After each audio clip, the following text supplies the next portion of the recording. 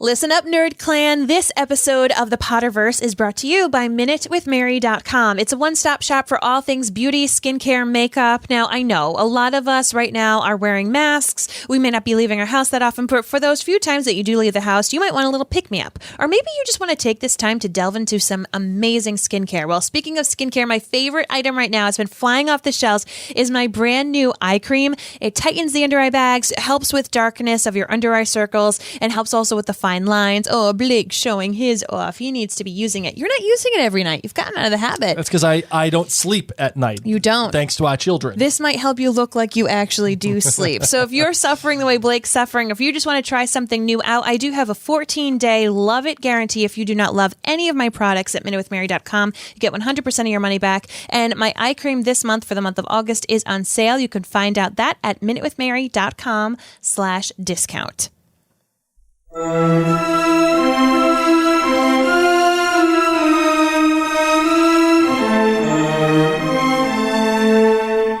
From Providence, Rhode Island, welcome to the Potterverse. It's a podcast dedicated to the book and film universe of Harry Potter. So grab your favorite wands and time turners. Let's step into the night and pursue that flighty temptress adventure.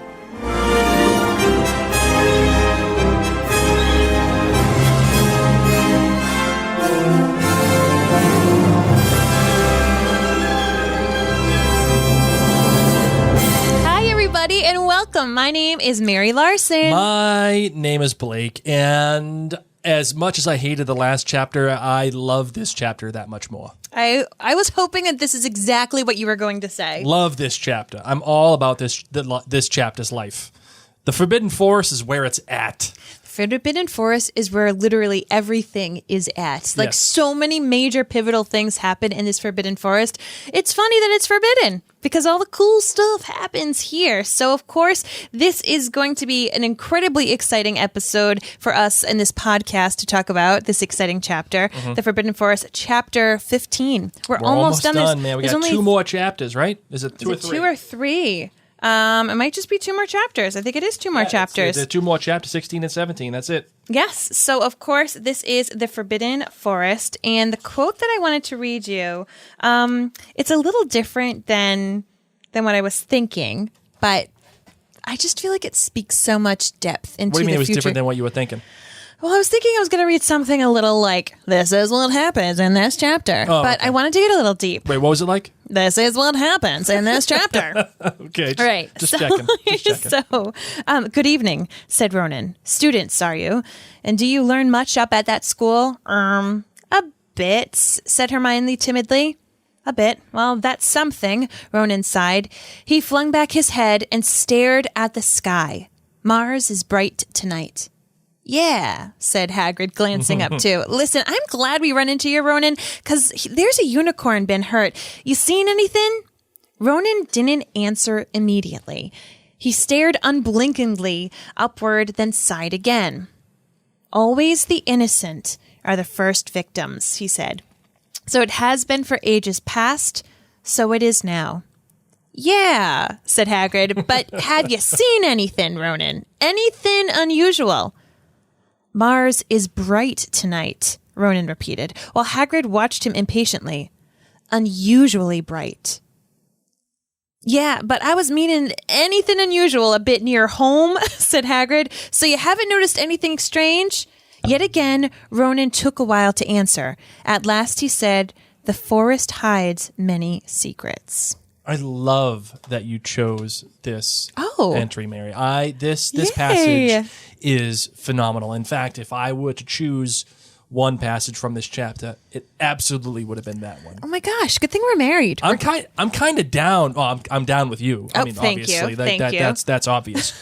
But I'm down with the centaurs. Agreed. Agreed. I just think they're awesome. We're going to have major centaur love for those of you listening.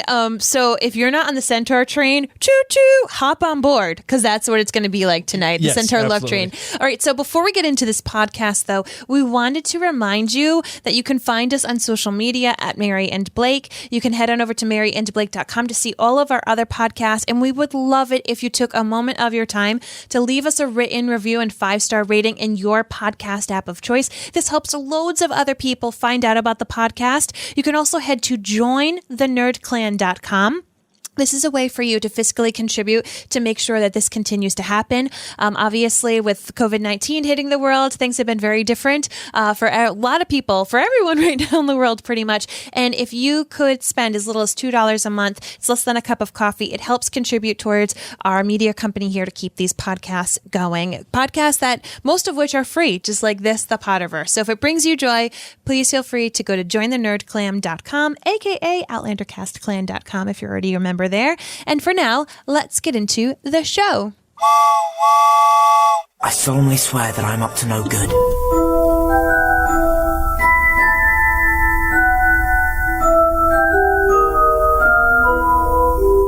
So believe it or not, you only get a few points when you knock out a troll on Halloween night, but when you mess up and are on the tallest tower of the school late at night, you're going to lose 50 points apiece.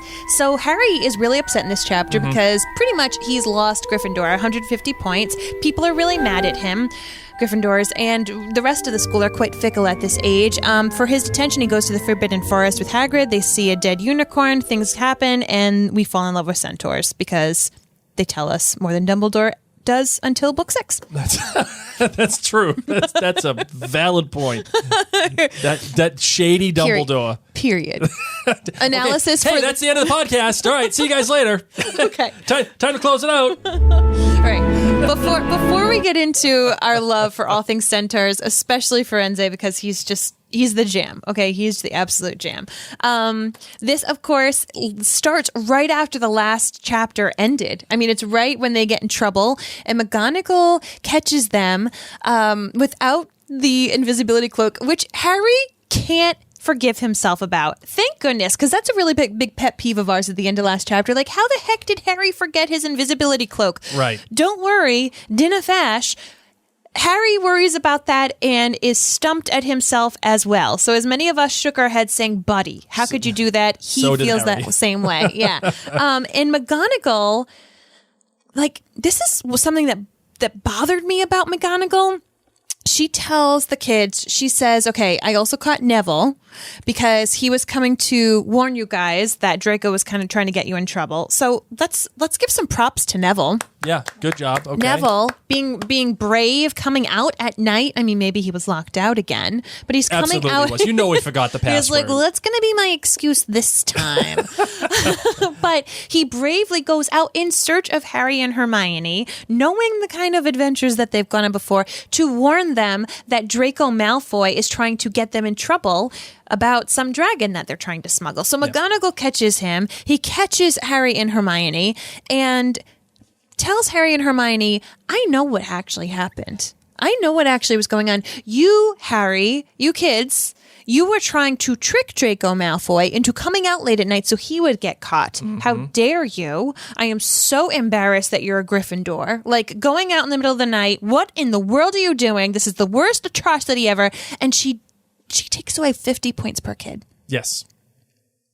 I've got some theories on this. I got a theory. You want a theory? You want to hear the theory? I want to hear it because let me tell you, Harry, couldn't shake it. The Gryffindors were so mad at him when they woke up. They this would have been so you. You wouldn't have been able to shake it. You would have been like, I'm not doing any of that stupid stuff again. Harry, then you would have jumped right back in doing it. Harry's like, I'm ready to quit Quidditch. Like, he does. He's ready to quit Quidditch. He earned Gryffindor 50 house points, but here he has taken away 150. Ladies and gents, that is my wife to a T. Bam! Just like that. A winner! I'm just going to quit everything. I can't do it anymore. I am so embarrassed. Lord knows what's going to happen next time. Nobody is going to forgive me. Hermione stops raising her hand in class. Okay, Hermione, who doesn't stop talking, literally stops talking because she is so upset with herself for losing house points. Yes.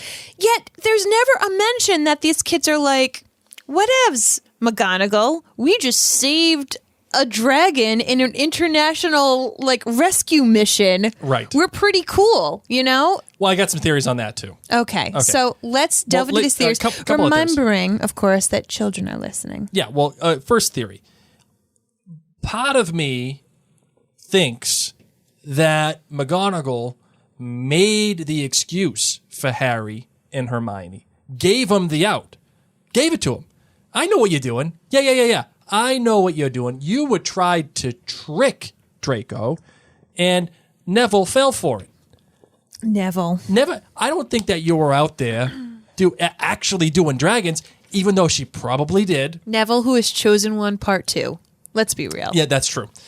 No, I think Hashtag Nagini. She gave him the out so that she didn't have to expel him. Oh, yeah. Hold up, though. No. You think this would have been expel worthy? Like the fact that kids are walking around at night. Have you ever gone to night camp? To the highest part of the tower of Who the entire cares? cast? No. It's a big deal. It's a big deal, and you know it. And the reason I don't why think it's expelling worthy. I think so. Because there was an elaborate ruse and there was an elaborate plan, and he was out with an illegal freaking dragon trying to release it with no adults, no permission, and it also involves Hagrid. She don't want to get Hagrid in trouble because Hagrid's a nice guy. He's just trying to do the best that he can. So she says to them, I know what you were doing. Yeah. So you think she actually knows what they were doing? Abso-freaking nothing goes past her. Preach. Nothing gets past her. I'm on that train. She's on it. You know she's on it. And the reason why I know she's on it is because she takes 50 points away from Gryffindor. Each. Oh. Meaning it's 150 fracking points. Minerva. Away from Gryffindor. Fierce. And when it comes to Draco, she only takes away 20 points from him for being out, and he gets the detention. These three jabronis are getting 50 points each because she doesn't want anyone to question her decision making. She doesn't want anybody else to look into it. She doesn't want anybody else to think, wait, hold on, time out. Maybe we should be looking into this a little bit more. Maybe we should be eyeing this kid a little bit more. She's saying, no, I got it. Here's a drastic thing. 150 points, gone. See you later. That way nobody else takes a look. Okay.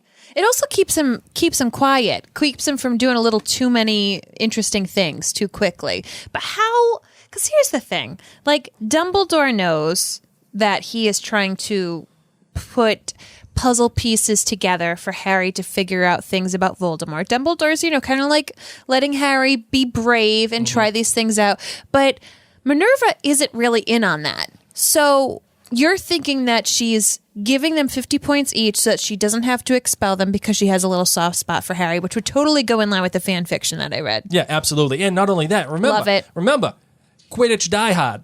All about the Quidditch life. You can't be playing Quidditch without a seeker. Okay, that's just some of the subtext. Okay, that's just a little. And I love how portion she of it. says, "Nothing gives you the right to walk around at school at night, especially these days." Right, exactly. Woo-hoo. So I'm telling you, are you telling me that she and Dumbledore ain't having conversations about Harry? That she's oh no, not out she there? doesn't. She doesn't. She's not on the up and up about everything at all. Oh, I don't know. No, she does not know everything. I'm not saying she knows everything. But she's got to know a little something. She knows a little something. I think that she knows very little. I think that she knows that this is a very special boy, but I think that she knows very little at this point. I understand. And that's where I'm at. Oh, yeah. So she has that, and really, like, nothing much happens because Harry and Hermione are just so nervous about getting in trouble. Right. All they do is just get detention. That's it. And Angela here on gets detention. Well, Angela here on Facebook saying, I totally didn't understand why detention would mean taking kids into the Forbidden Forest. It's supposed to be dangerous. This is how a school punishes kids? LOL. Mary, can you justify taking those 4 children and bringing them to the Forbidden Forest? They're with Hagrid. Like, Hagrid would protect them from anything in that forest. Literally anything in that forest. Hagrid, aside from Voldemort, who's technically in the forest, Hagrid can protect them. Yeah, and I think that there's something textual here, some textual evidence that would suggest that as well, because Hagrid has a relationship with what we can see as centaurs. But who gave him this detention? Because McGonagle gives it to him. McGonagle writes the note that they have the detention. So did she choose it, or did Dumbledore choose detention for the week? Like, how did they get to choosing detention? That's a good question. And that seems to suggest, at least, that there's some more things happening here.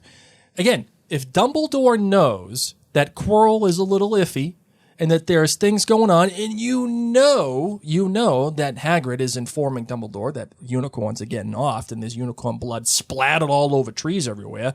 You know that he's like, oh, wait, hold on, time out. Maybe this is what's happening. What's interesting, though, is McGonagle lays down the law when Harry gets out of line. Even when Harry, knocks a troll out, well, it was Ron. But when they do that, it's not that big of a glory thing. She's not super proud of them. And here, she's not happy with them obviously being out late at night. Yet Dumbledore allows Harry to be out at night with the Mirror of Erised multiple times. Dumbledore knows that Harry does these things. We end up finding out that at the end of this chapter, Harry's invisibility cloak comes back. And what we know from prior readings is it's Dumbledore who gave it to him and now has laid it back out for him. So Dumbledore is encouraging this sneak around behavior, whereas McGonagall is not. And yet Harry stumbles upon hearing Quirrell being very, very sad and upset and, right. Kind of like feebly like, no, please don't make me do it again. And he comes out adjusting his turban from the room, and Harry automatically thinks that it's Snape. And he starts to tell the trio, like, we need to go tell Dumbledore what's up because Quirrell's losing it. Quirrell's... Right. Well, no, Hermione says we need to tell Dumbledore. Yes, sorry. Yeah, Ron Hermione says, does. let's go get it done. And Harry's the one that's saying, whoa, let's pump the brakes here a little bit. And that's what confuses me because Dumbledore is all about breaking the rules with Harry.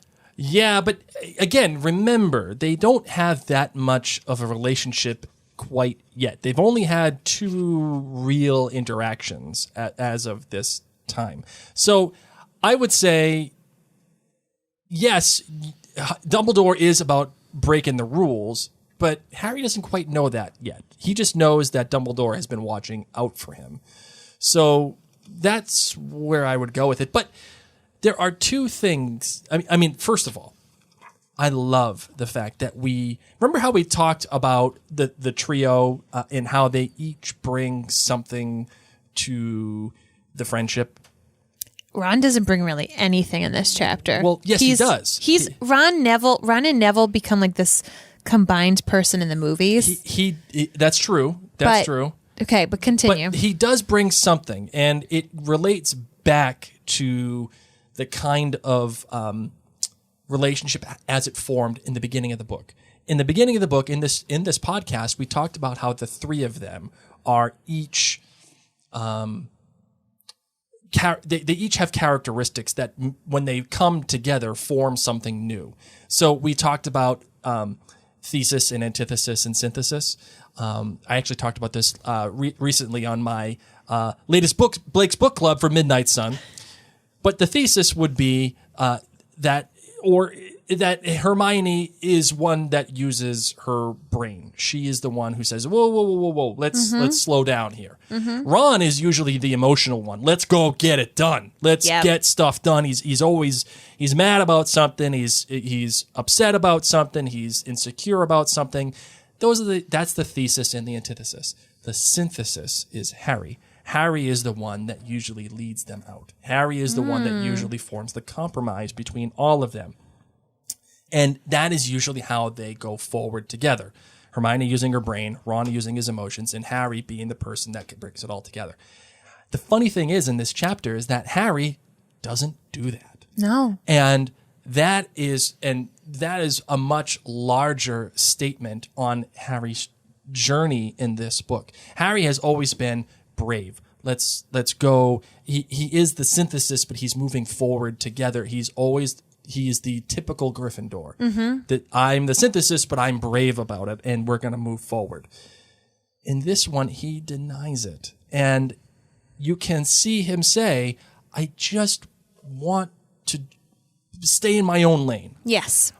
And that is so great for this kind of story. When you have this kind of story, someone who is, let's say, the chosen one, let's just say. They go through this whole thing, and at one point they get to their lowest point, and they're given a way. They're given a route to just go back to normal. Mm-hmm. Just go back to what their stasis was. Remember, Harry at the beginning of the book, when he comes to Hogwarts, just wants to fit in. That's it. He just wants to be Harry Potter and just show up. And he wants to be able to stay there and not go back to time with the Dursleys. Right, but he wants to just fit in with all the rest of the wizards. Yes. He doesn't care about being Harry freaking Potter. He just wants to be a student. And here, he's given an opportunity to be a student. He looks out over the edge into the abyss and says, "No, thank you. I will turn around and I will go home." But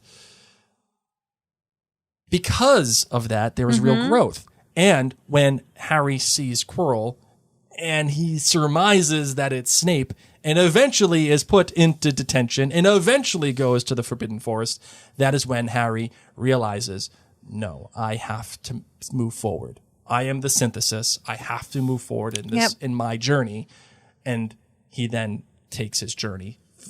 He's given an opportunity to go back to be normal. And it snowballs as soon as he keeps going. Yeah, he has all this time of letting his fear hold him back, letting his fear of what is natural and right with him to hold him back, his fear of being expelled, his fear of this new home being taken away from him, his fear that his new home of Gryffindor will continue to see him in this poor light. So he takes that step back until they go out with Filch for the detention. And Filch is in his glory right now, his absolute glory, that he's leading these 11-year-olds out to the Forbidden Forest. He is so excited for this detention. He talks about how he misses the old days when they were hung up by chains by their wrists and how he still keeps them oiled just in case they go back to the olden ways of torture for detention. And, Malfoy, so it's Malfoy, Neville, Harry, and Hermione, which is different than in the movie. And they go out with Hagrid, and Neville and Malfoy split up with Fang, and Harry and Hermione are there with Hagrid. And during this time, they learn a little bit about what's kind of going on. Mm-hmm. But Malfoy, who was complaining before, like, why aren't we just doing lines? This is the worst. Why is this detention? Like, because you know what, Malfoy, you need to learn a lesson. And I don't know about y'all, but when my kids are in trouble, I make them go pick up sticks until there's no more sticks in my yard. Now, I wouldn't be taking my children into the Forbidden Forest, but then again, I'm a mere muggle. If I was a half giant like Hagrid, who pretty much nothing will bother them in the woods with, then I guess it would kind of be okay. And it would scare these kids out of their flippin' minds. Plus, Harry learned something very important in the process. But what I can't stand is that Malfoy plays a prank on Neville in the woods. To send up the red sparks. Because he's so scared. He sends up the red sparks. And it was just Malfoy. Like, you're in the Forbidden Forest, Malfoy. Stop being a punk. Caitlin here on Facebook says, Filch creeps me out more in the books than in the films. You would agree with that? Yeah. See, I agree with you. And the funny thing is because of the films, all I see in Filch is Walder Frey, who is the same actor plays both characters from in Game of Thrones. From Game of Thrones. You know nothing, Jon Snow. But I see Filch in the book as a lot more Walder Frey What do you think I he do smells like? I think he smells like really bad feet. think he smells like farts. He smells like farts. Like, because you don't drink like good milk. It's probably bad milk. Okay, moving on. Do you think he's lactose intolerant? I bet totally you is. he totally is. But he doesn't care. All squibs can't handle the lactose. So they're off in the forest, and Hagrid says, like, nothing's going to touch you if you're with me and Fang, which is kind of true, I guess, but not really, because when Hagrid's not there in the future book, we see Aragog. Yeah, but mind you, he's not with Hagrid. He's not with, yeah. And then book 7, Harry's in the woods with Hagrid. Something does happen to him. Dies. Yeah, but that's because of Voldemort. He's not with him. That's because of Voldemort. Don't worry, guys. Spoiler, but you'll be fine. Just hold on tight. Should have given a spoiler warning. No, that's totally really fine. fine. That's really fine. This is a spoiler podcast. We bump into the centaurs. By the way, are you a little annoyed that they split up Malfoy and Neville from the group? Because like it just feels like plot mechanics. That's where the book needs to go. Kind of like how they needed to get detention in order to get into the Forbidden Forest. There was no legitimate way, or there was no other clunky way to get them into the Forbidden Forest. Do you feel like it's just like that's where the book needs us to go? That's where it's placing our characters? No. I mean, I just like it because they get to have an honest conversation with Ronan. I feel like Malfoy would have been like, who cares about Mars? Let's go. Like he would have just whined and been annoying during this conversation that we really needed to have. Whereas Harry and Hermione were able to learn with Hagrid. Harry, by the way, you want to know what Harry's afraid of in the woods? What's that? Werewolves. He brings it up 3 times. He's like, Absolutely. could it be a werewolf? Killing the unicorns? Is it a werewolf? What's that sound? Was that a werewolf? Couldn't be a werewolf, right? No, it's not a werewolf. I couldn't be. You're so afraid of werewolves. Little does he know, my friends. Wink, wink, nudge, I know. nudge. There's some foreshadowing for you. But I just loved that Harry brings it up. I'm pretty sure 3 times that he's like, "Is it a werewolf?" Well, let's talk about this real quick here, because in this text we are given notification that there are centaurs now. There are unicorns now. Unicorns are a real thing.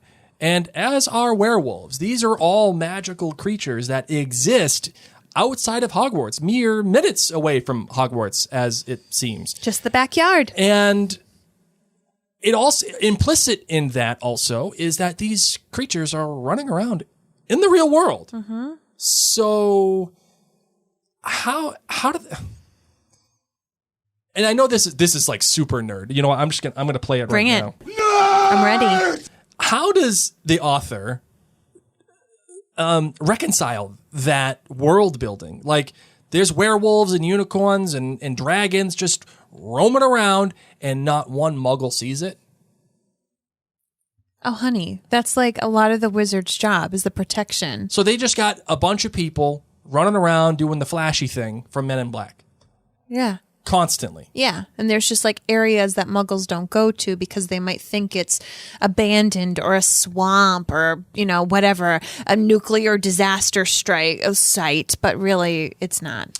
So I think that the wizards just like think about that. Like, think of all the places we don't go because we're like, oh, that's bad over there. Bad things have happened there, and it's just zoned off. Maybe with government fencing. Like, maybe all of Hogwarts is like with government fencing. Area 51. Oh, my God. P.S., can we take a moment? Yes. Did you see that they're legitimately saying that UFOs are, like, flying around the Pentagon? Yeah, I know. Like, the United States military has come out saying, yeah, UFOs exist. Like, it's a thing. Can we just take a moment? I don't know why this is not a bigger deal. It's 2020, and everyone was nervous about murder hornets, but we're not talking about UFOs. We're talking about aliens, bro. Like, the U.S. government has no idea what's going on, and they're legitimately saying there are UFOs, and they have a special task force. Not great, Bob. No. This should be a bigger deal. I'm just going to tell myself it's Dementors. Yeah, absolutely. That's all I'm going to say. And that's why we all feel really crummy. It's not aliens. It's Dementors. We just need to eat chocolate. And I guess the question that I have too here is I was driving and I was thinking about this, and because I was stuck in traffic, I got nothing else better to do. Hey, my mic's fixed. Of course it's fixed. Everybody here in the chats were asking me if I fixed it for you, and I did because I'm awesome. And I'm Batman. Oh. So yeah. I mean, I don't like Batman. Well, that's I'm okay. not Queen Whenever. Yep, there you go. Nerd! That's a Lego 2 movie reference, the second part. Okay.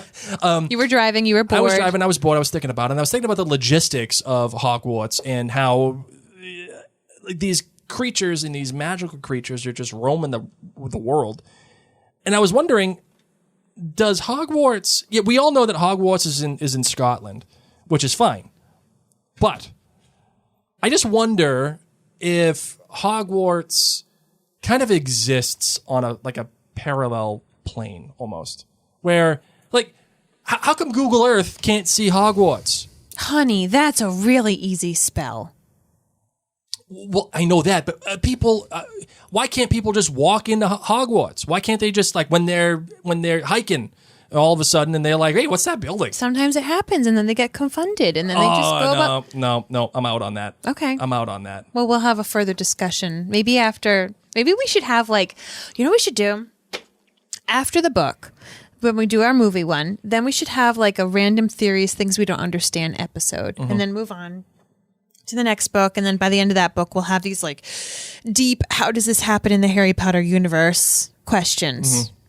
Sound good? I like it. I'm in. Let's do it. Awesome. All right. So here we go. We're hanging out with the centaurs. Let's move this on, okay? Yes. So Ronan comes in, and he is just so not into these humans, and he's just like, listen, you keep asking me the same question, and I keep giving you the same answer. Mars is really, really, really bright tonight. And Hagrid's like, I don't get it. So for those of you who don't understand Mars, Blake, yes. would you like to talk about what Mars, the planet, means? I would absolutely love to do that. Mars, the planet, was named after the Roman god of war, who just happens to be named Mars. And because the planet was so... It was named after him, and his name was... just so happened to be Mars. Yes. No kidding, Blake. If it was named after him, Well, okay, whatevs. You know what I'm talking about. Okay, so the Roman god of war. it was white, and it just so happened to be white. Bam! Just like that. A winner! Fair enough. Well played, Mary. I well am played. listening sometimes.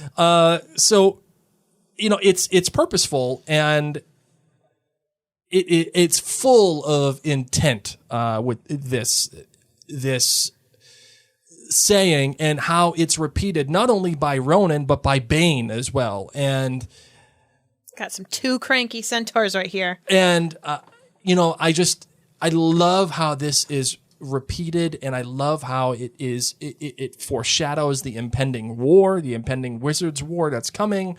It foreshadows the impending war specifically between Harry and Voldemort. And if you notice, it's Ronan, or was it Bane? I can't remember which one, that looks intently at Harry's scar and says, Mars burns brightly today, and brighter than usual. There's something much larger at play to the centaurs. And having said that, it makes you wonder. It was Firenze. It was Firenze? Okay, sorry.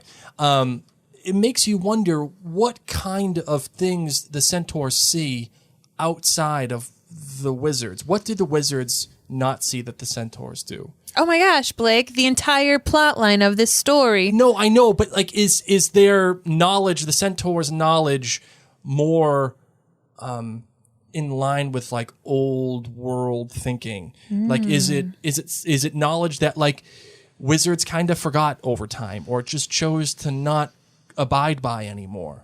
I think it is. It's just that old, here is what's going to happen, but their belief system is that we don't get involved with this. This is what's happening. They are much more accurate at fortune telling than, say, professors like Trelawney. Mm-hmm. But exactly. So by him saying Mars is bright, and by Bane then saying Mars is really bright, that means that there is going to be violence, and there's going to be bloodshed. And then, of course, they have that quote that the innocent are the first victims. And I find this so interesting because as you're looking through the entire, Harry Potter series, yes, the first creature, person, character that dies in this Harry Potter series is this unicorn. Which symbolizes everything pure and just. And we get this whole talk about how killing a unicorn is really, you're going to be living a cursed life. Well, the first person that we acknowledge that has died is actually Harry's mother in this book. I know, but they were already dead by the time the book started. No, I know, but the first acknowledgement of death, and I'm not saying that you're wrong. No, yes, I'm saying that illuminates. It's also an innocent life. It references the first innocent life that is lost within this story as we're plopped into the middle of it. Yep. The innocents are always the first. And we're going to go on and have more innocent deaths throughout these earlier portions of the books before things get real. We're going to lose, of course, Bertha Jorkins. We're going to lose Cedric Diggory. There's going to be a lot of innocent lives lost. And it's very interesting because when the centaurs are talking about Mars, I'm thinking, yes, it's tonight. And yes, it's the loss of this unicorn. Yes, it's the immediate future as we're going to be heading into this conflict with Voldemort. But really, it's that grand scope. You know what you were talking about. Like, so what exactly is it? It's the grand scope that, like, there is trouble and bloodshed and death and toil coming. And it's shining very brightly because he who must not be named is coming back to power. And when Firenze looks at Harry Potter and he sees his scar and he gives him that really big look, and as he's trying to help him, he says, you know, you are the Potter boy. The forest is not safe at this time, especially for you. So he knows, the centaurs know that Voldemort is in the forest. The centaurs know that Potter must not be in the forest right now, that something is going to be happening. And then Bane comes after him saying, what are you doing? You have a human on your back. Have you no shame? Are you a common mule? And Firenze quickly says to him, do you realize who this is? This is the Potter boy. The quicker he leaves the forest, the better. And when he said that, it made me think, okay, obviously they know. They know about Harry and Voldemort, whether it was the past, or the future, or both. Mm-hmm. But also, does he know that Harry needs to leave this forest so that he can go stop Voldemort from getting the Sorcerer's Stone? And also implicit in that statement, I think, is Firenze's knowledge that Harry is key to stopping Voldemort. Mm-hmm. Not just with the Sorcerer's Stone, but in general. Do the Centaurs have a knowledge that Harry is, in fact, not only the chosen one, but the one that is the only person that can kill Voldemort? Do you think that is part of it? I think they know. I think that's they why know. That's why he makes the exception for Harry to get him on his back and get him out of there quickly, because this is right now he's not ready. He's too young to face off in any kind of way with Voldemort. And Firenze even says, do you not see that unicorn? Do you not understand why it was killed? Or have the planets not let you in on that secret?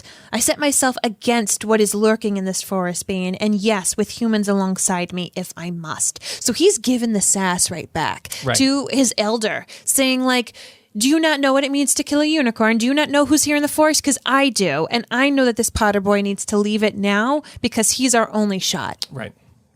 And I just loved that. I loved that he said all this to him. And not only was that enough, you would have thought that would have been enough for Harry's head to be reeling like, oh my gosh, I'm very special. Something's in this forest that I should not be dealing with. But then he tells him more. He tells him a bit more. He tells him about, drinking the unicorn's blood keeps you alive for only so long, but he lets Harry discover the secrets of what's happening. I love the way the author writes this. She, again, has a real gift for what feels like poetry. When Firenze says, that is because it is a monstrous thing to slay a unicorn, said Firenze. Only one who has had nothing to lose and everything to gain would commit such a crime. The blood of a unicorn will keep you alive, even if you are an inch from death, but at a terrible price. You have slain something pure and defenseless to save yourself, and you will have but a half-life, a cursed life, from the moment the blood touches your lips. And Harry stared at the back of Firenze's head, which dappled his silver in the moonlight. But who'd be that desperate, he wondered aloud. If you're going to be cursed forever, death's better, isn't it? It is, Firenze agreed. Unless all you need is to stay alive long enough to drink something else. Something that will bring you back to full strength and power. Something that will mean you can never die. Mr. Potter, do you know what is hidden in the school at this very moment? Can you think of nobody who has waited many years to return to power, who has clung to life, awaiting their chance? Like, this is a whole conversation I would have loved to have Dumbledore have with her. Oh, man. But on the flip side, so here he is saying all this. And centaurs, of course, they run hot and cold. Yes. With what wizards think of them. A lot of time wizards just see themselves as better than elves, better than centaurs, better than giants. Even Hermione says, who says the centaurs are right? It sounds like fortune telling. And Professor McGonagle says that it's a very imprecise branch of magic. Does Hermione kind of putting down the centaurs bother you at all? I feel like that is something very anti-Hermione. Hermione, as we find it in later books, is not good at fortune telling. And I think because it's something that she can't study and get better at, that she can poo-poo it. It's like a belief in religions. You know what I mean? If you don't believe in religions, you might easily be able to poo-poo it and say like, whatever, because it's more about these beliefs. It's about things that you can't, you can study, but it's not as tactile. It's not, you know what I mean? Sure. Like Hermione doesn't get good at It just doesn't make fortune-telling. sense. It feels like mumbo jumbo to her. No, and I do love that Frenzy says, good luck. The planets have been read wrongly before now, even by centaurs. I hope this is one of those times. Absolutely. And once again, we don't know who he's referring to. Is he referring to the immediate future? Is he referring to what's going to happen over the next several years of his time at Hogwarts? My question to you here, Mary, is how the hell did Frenzy know that the Sorcerer's Stone was in Hogwarts? What do you mean? How does he know that it's there? Because the stars have told him. He knows everything. Are you telling me the stars sent him an email being like, hey, guess what, bro? Yes. I heard about the Sorcerer's Stone. think You'll never guess who's got it, guy. I think the stones have told the centaurs pretty much everything. And I think that was why Bane was like, why are you taking him out of the forest? I saw what happens to him in the forest at some point. Like, I think the centaurs know pretty much everything. And this is where I'm like, Dumbledore. But on the flip side, Dumbledore then leaves Harry his cloak. We don't know that it's Dumbledore just yet, but we will in just a little while, so I'm not spoiling it too much. Right. But he leaves it firm folded up. And what does the note say? It says just in case. Just in case. That's it. And that's further proof. It is absolutely further proof that Dumbledore is engineering this path for Yes. Harry. It's not every step. It's not like, okay, number 1 means green and number 2 means blue and number 3 means red. It's not paint by numbers, but it's a spiritual guide. It's something that is helping. A river can be split in many different directions, but it always goes back to the ocean. Yep. Right? So that's how I feel like. That's what I feel like Dumbledore is doing for Harry. You know, this chapter, even though Dumbledore wasn't in it at all, made me loosen my grip on my Dumbledore distaste. This is the first time reading the series that I've had a really hard time with Dumbledore, knowing how much pain he's put Harry through, keeping him with the Dursleys in such a tough situation, watching him allow all of these trials occur to Harry and not allowing Harry to have just your typical growing up life. But on the flip side, Harry Potter is the chosen one. Harry Potter is the only person who can defeat Voldemort. That was said in a prophecy, and even the centaurs know it to be true. And what Dumbledore does is he knows that Harry doesn't need to face Voldemort right now. Okay, he's 11, but he needs to make sure that Harry is prepared and strong enough. And laying this all out to an 11-year-old, like, hey, little boy, I know you just found out you're a wizard, but you're actually going to have to defeat Voldemort, like, pretty soon, would blow his mind and would make him say, no, thank you, I'll go back to the Dursleys as soon as possible. But what he does is he gives Harry these little bits as trials, as little places for him to learn. And it made me think a lot about Jesus. I was sitting here driving and I was like, oh my gosh, I feel like I've read this story before about like an older figure knowing that he's going to have a youngster sacrificed for the good of the world. And like the youngster has to like, figure that out a little bit in his own way and be okay with it and like really be okay with it. It's not Narnia. It's not Narnia. Which is basically a story about Yes. Jesus, so it might as well. Yeah. But I was like, oh, okay. But thinking about it from that context, because it still is always Harry's choice in the end. All of these things are choices that Harry gets to make. And as the true Gryffindor that he is, he does choose to be brave and to be selfless for the betterment of other people, even though it puts him at risk. And I think that Dumbledore doing this strengthens Harry. And without scaring him, he can see, without even telling Harry, oh, you need to go save the Sorcerer's Stone, Harry chooses to do that. Harry can't stop himself because it is his destiny. Right, and I think the most beautiful part about this chapter is that Harry recognizes that he must do it. But comes off the heels of Harry turning it away. It's Harry's choice to do so. Harry chose to say, no, I'm going to be normal. No, I want to go back to my stasis. I want to just be nothing other than Harry Potter. That's it. Yet, at the end, he goes through his journey and does make the choice to be more than just Harry Potter. Although, it is, and to the author's credit, again, she is incredible with this kind of, hey, look at this over here. Don't look over here. No. Look over there. Look to my left. But I'm just going to put this in here for you for later. But we're going to put that in there. She blames everything on Snape. And through Harry's eyes, it all makes sense. Snape wants to help Voldemort. Snape is there. But in the background, there are many more mechanics. And, by the way, she tells you that it's Quirrell up front in this chapter. He's the one talking to himself and saying, no, please not again. I don't want to do it again, yada, yada. And Harry just assumes that he's talking to Snape. At no point is there any textual evidence suggesting that Snape was part of that conversation. It's just Harry's interpretation. What do you think Voldemort looks like in this form as he slithers on the ground, licking the blood off the unicorn? Like, do you picture him like a slug?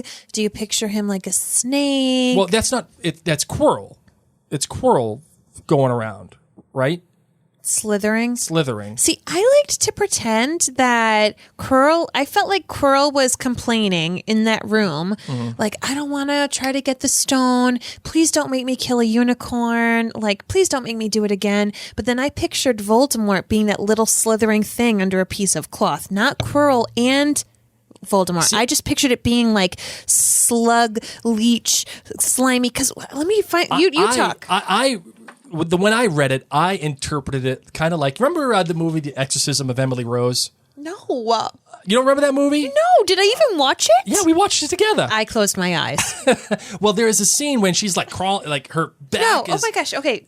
Listen, children, listen to this. Well, no. What I'm saying is like she is like contorted and she's like crawling up walls, and like the way that she moves is like the way that it's described in this book. And I interpreted it as Quirrell slithering around on the ground like the Exorcism of Emily Rose, because Voldemort is taking control of his body. That's why he's saying, no, please don't, please don't. I don't want to do it. Please don't make me do it, because he has no control over it.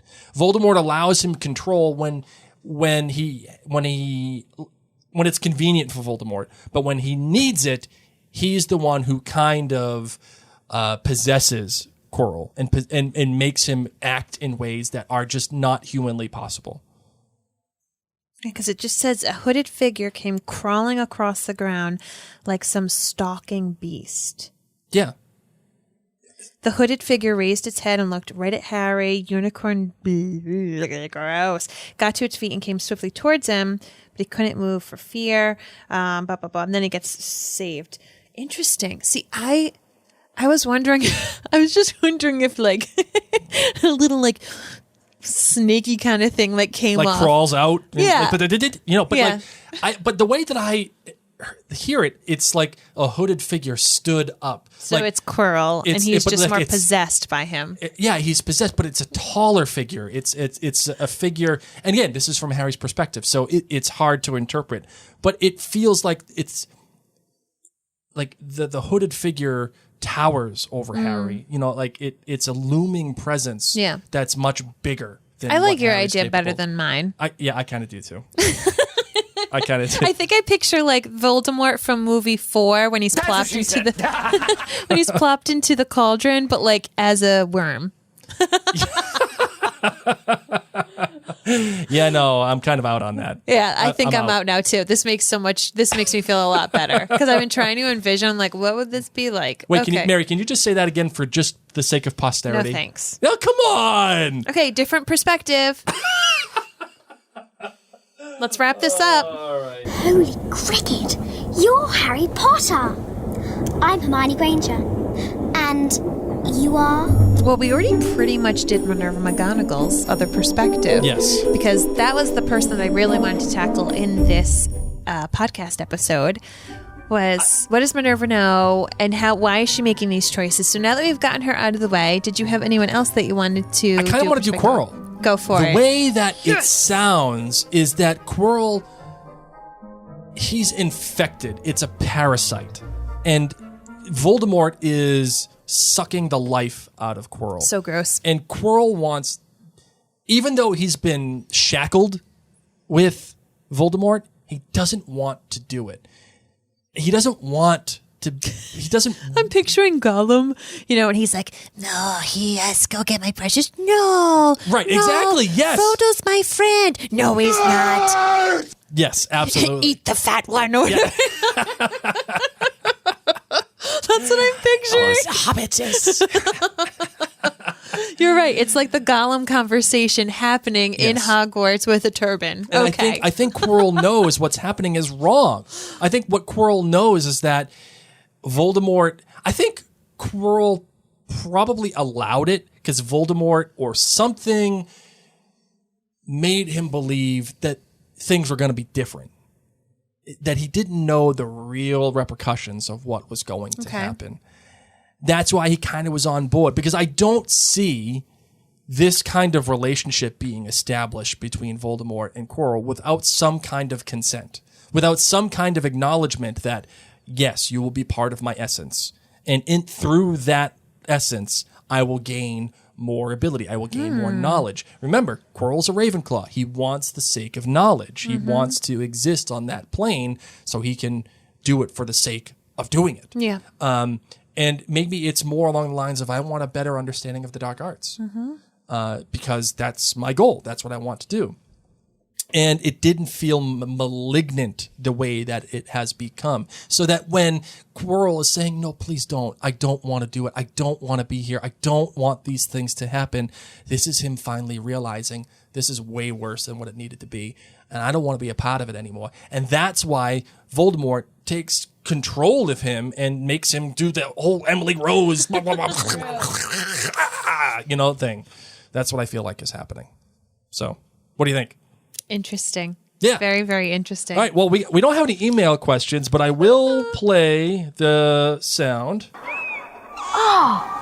Mail's here. All right. So those who are live, please, if you do have questions for Mary and I, put them on in the chat, in the comments. We will take a look at them and we will read them. If you want to send your questions to us, you can do so ahead of our episodes. Just email them to maryandblakemedia@gmail.com or go to maryandblake.com and just hit the contact button. You'll see a little entry form that says what your email address is, what your topic is, and send us the questions. And remember, we would love just to have just some fun, foolish questions in regard to the Potterverse. So for tonight, my question was, Blake, what would you be most afraid of in the Forbidden Forest? Ara-freaking-gog. Aragog. There's nothing else in this world. You have to say it like Slughorn. Oh no, like Aragog. Aragog. After he took the venom. You don't mind, do you? For academic purposes only. Yes, of course. Aragog. So that's what you'd be afraid of? Oh, yeah. No, nothing else in this world scares me more than spiders. Nothing.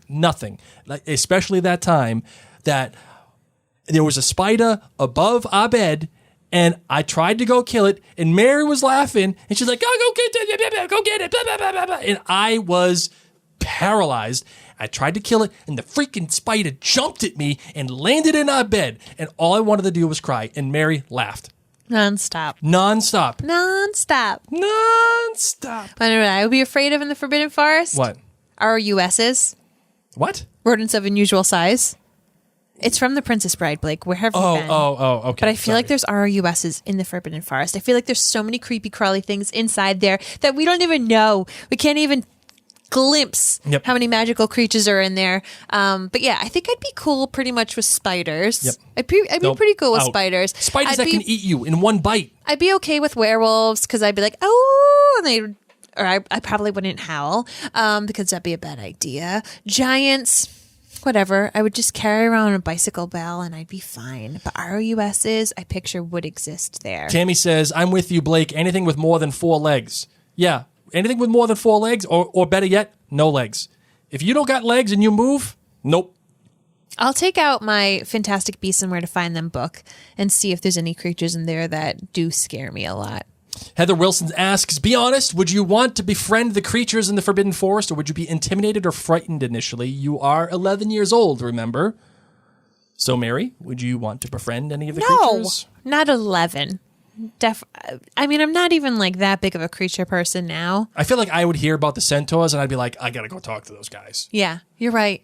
I gotta I'd go explore and take I'd go some peyote see them, and but just chill. I wouldn't want to. I'd like the to see look that you hippogriffs. just gave me was great. I'd like to see hippogriffs. Mm-hmm. I wouldn't see a thestral yet. I have not been in that situation where I would be able to see thestrals yet. Rebecca says, what mythical creature would you want to be in the Forbidden Forest? What creature would I want to be? Yeah.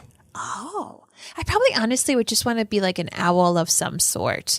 I don't know if there's wild phoenixes, but I would like to just fly. So if something scary did come, I could fly away. I'm kind of in on the flying game as well. Maybe a hippogriff so that way you're a bit bulkier. Yeah, so you have a little bit more meat to you. Yeah, you're like, come at me, but don't. Yeah. Because I'm going to fly away. Yeah. If you do. And I'll peck you to death with my massive beak. No, or you can hit him. My claws. Yeah.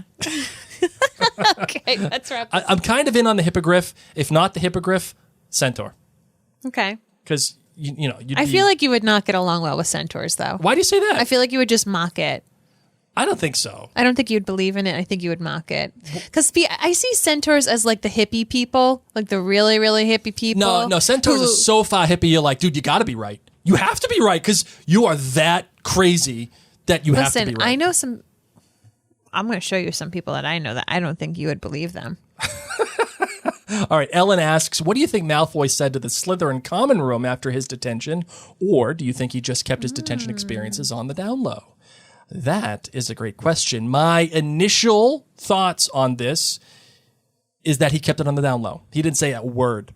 Because he had to hang out with 3 Gryffindors. And he's scared. He doesn't scared. want anybody to know that he's scared. He had to go change his undies. He didn't want anybody to know that he was out there and he was... frightened. Just, like, remember, his family is all about looks, and his family is all about their stature. If they don't have the stature... He probably doesn't let anybody know he has detention, period. Like, in general. Is that what you're saying?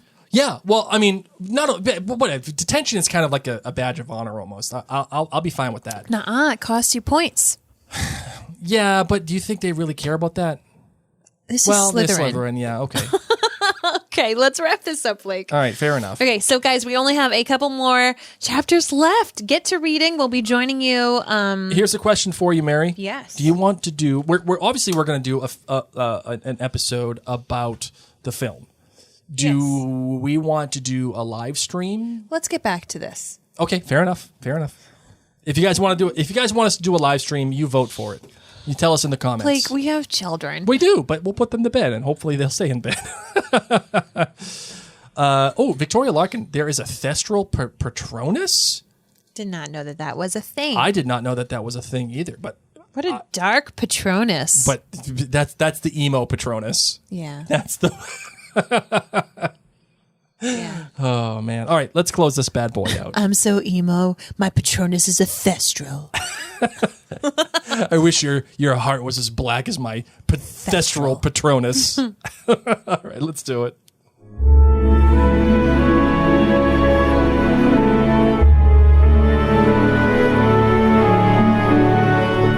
Is there anything in the Google Doc that you would like me to say, Blake? Oh, sorry. There we go. No, nothing in particular. Sorry. Well, we want to take this moment to thank all of you who have joined us live. Remember, we do go live every Monday and then either Wednesday or Thursday of the week. We're really, really excited to be wrapping up this book and then moving on to the movie discussion. Please take a moment to write a review and add some 5 stars to your podcast app for the Potterverse. Yeah, we got a few more recently that were pretty awesome. I think we're up to 50 now. We are almost at our goal of 55. So here's what I'm going to say. One person within now between 60 will get a free choice of any of their products from the Mary and Blake store. Yay! One item from the Mary and Blake store. One person between numbers 50 and 60 will get one. So get on there, give us a good review.